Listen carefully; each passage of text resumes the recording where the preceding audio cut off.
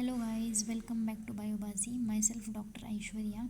आज आपण 2025चा एक MCQ बघणार आहोत, ज्याच्यामध्ये आपण त्याच्याशी रिलेटेड कॉन्सेप्ट पण क्लिअर करूयात. ठीक आहे. सो क्वेश्चन बघा काय आहे. मॅच द पेअरचा क्वेश्चन आहे. आता प्रोजेस्टिरॉनचं सिक्रेशन कोण करत असतो? कॉर्पस ल्युटियम करत असतो. बघा आपण बघितलेलं की सगळ्यात अगोदर काय होतो, ग्राफियन फॉलिकल, मॅच्युअर फॉलिकल म्हणतो आपण त्याला. तो काय करत असतो, ओवम त्याच्यामधून रप्चर होऊन बाहेर पडतो, त्यालाच आपण ओव्ह्युलेशन म्हणतो. बरोबर. मग त्याच्यानंतरनं काय होतं, हा जो ग्राफियन फॉलिकल आहे आफ्टर ओव्ह्युलेशन त्याचं कन्व्हर्जन होतं कॉर्पस ल्युटियममध्ये, आणि हा कॉर्पस ल्युटियम काय करत असतो, प्रोजेस्टिरॉनचं सिक्रेशन करत असतो. बरोबर. आणि मग यालाच आपण काय म्हणतो, ल्युटियल फेज म्हणत असतो. म्हणून प्रोजेस्टिरॉनचं पेअर कशासोबत लागणार, कॉर्पस ल्युटियमसोबत लागणार. नेक्स्ट आहे रिलॅक्सिन हॉर्मोन. हा ओव्हरीवरती ॲक्ट होत असतो.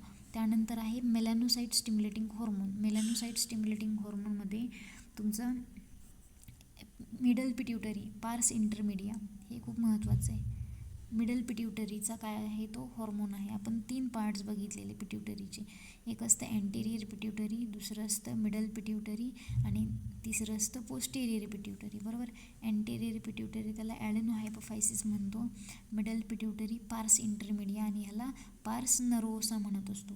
तर मिडल पिट्युटरी किंवा पार्स इंटरमिडिया हा एकच हॉर्मोन सिक्रेट करतो, त्याला आपण म्हणतो MSH म्हणजे मेलॅनोसाइट स्टिम्युलेटिंग हॉर्मोन. त्याच्यानंतरनं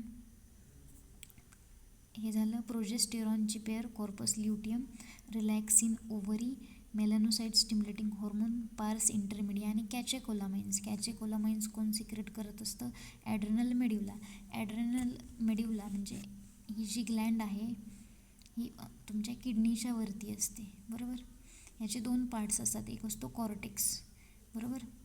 कॉर्टेक्स हा त्याचा आउटर पार्ट आहे आणि मेड्युला हा त्याचा इनर पार्ट आहे. बरोबर. मग मेड्युला हे स्ट्रेस हॉर्मोन किंवा आपण त्याला इमर्जन्सी हॉर्मोन म्हणत असतो. मग इपिनेफ्रिन, नॉरइपिनेफ्रिन हे 2 हॉर्मोन सिक्रेट करत असतात, आणि ह्यालाच आपण काय म्हणत असतो, कॅचेकोलामाइन्स. सो कॅचेकोलामाइन्स आन्सर काय येणार, ॲड्रेनल मेड्युला. ठीक आहे. तो ऑप्शन याचा C हा करेक्ट आहे.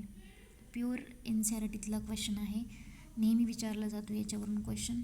हे बघा, हे ॲडेनोहायपोफायसिस, न्यूरोहायपोफायसिस, आणि हे MSH मेलॅनोसाइट स्टिम्युलेटिंग हॉर्मोन, पार्स इंटरमिडिया.